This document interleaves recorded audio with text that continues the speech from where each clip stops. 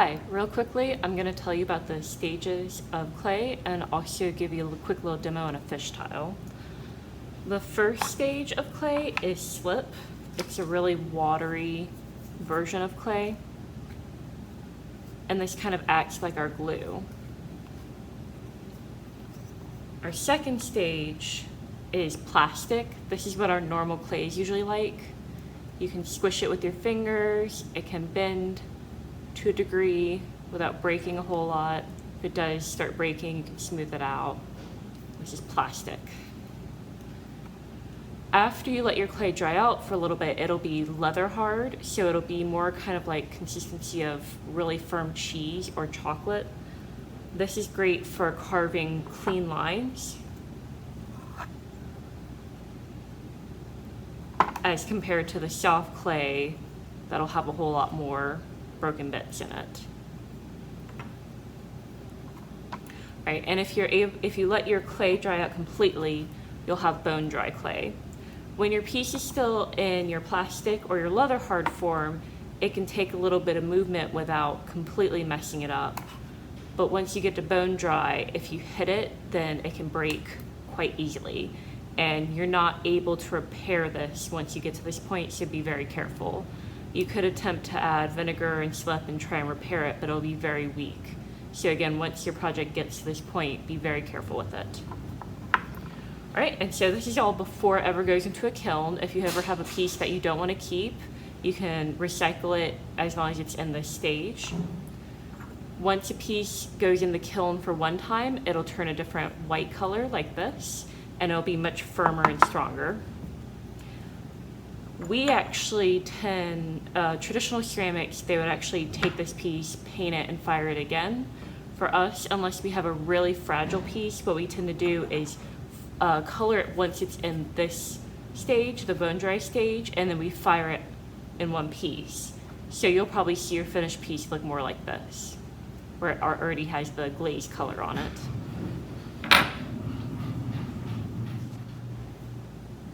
All right, for the fish tile, you should have on your shelf a board to help you carry things, a canvas mat that'll stop the clay from sticking to the table or your board, which is really great and useful, a needle tool that will help you cut, just a wooden tool to help you slice things as well as getting slip out without getting your hands really dirty.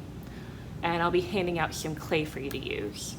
We also have a cookie cutter you'll be using, but I only have one of these, so just be patient while this comes around. When you get your clay, the first thing you want to do is use your palm and squish it down. Standing will help. And you can also flip it over, and it'll help get it flatter. The size we're going for is between 1 to 2 pencils thick. This looks like it's a little bit over 1 pencil thick, so this works great for me. When I squish something flat, sometimes you get the impression of the canvas on it. If you take your finger, you can smooth it out so that you don't have that canvas impression. This will also make it a little bit stronger, and it'll get any little surface air bubbles out as well. So take the cookie cutter, press down, and now you have your base for the fish tile. Pass the cookie cutter on to somebody else. Your extra clay, ball it back up. Because it's plastic, it should be able to be worked with a couple times without it drying out unless you have really dry hands. So I'm going to take my ball clay again and squish it again.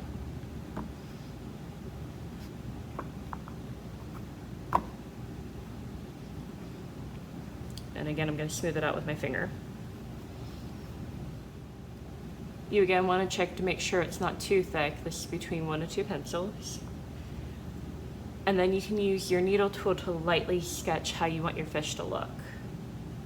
If you go lightly at first, if there's something you don't like this tail, you can just use your finger to rub it away. And then redraw what you want. And once you're happy, you can use the needle tool to press all the way down to cut it out, kind of like you would cut out a cookie.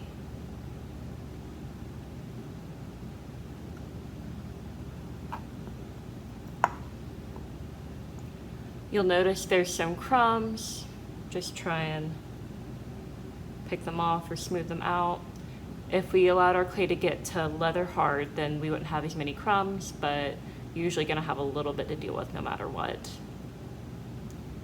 So, now you're gonna take your tile and your fish, figure out where on your tile you want your fish to be, and outline it. Now take your fish, flip it on the back. To join any two pieces of clay together, we need to scratch and slip them. Scratching just involves taking your needle tool or maybe your slip tool and just making little splashes. You don't need to go too deep. Scratching and slipping kind of works like Legos. If you give the slip somewhere to hold on to, it's going to be stronger than if you just give it a flat surface. That's a lot more likely to come off. So after I have my scratches, I'm going to use my slip. You don't have to use a ton of slip, but I do recommend using slip on both sides.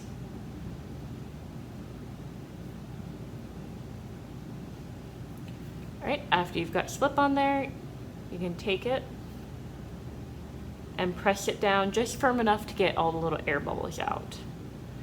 So now that it's on there, it's a lot stronger than if you take just a regular piece of clay and try and stick it on there. It's not, as you can see, as good. Scratching and slipping is one of the most important things you're going to learn in this class.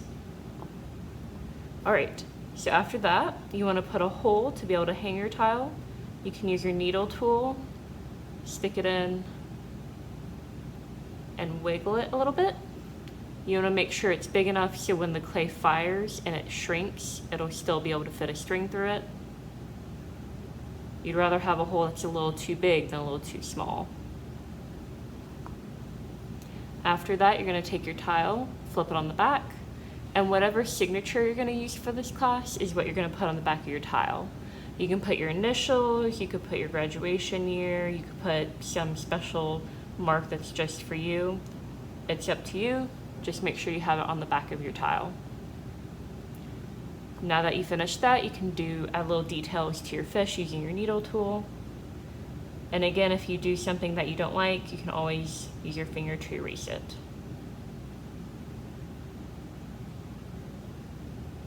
This is just a little practice project, so you can make it as complicated or as easy as you like. You can also add little details on the bottom of the tile.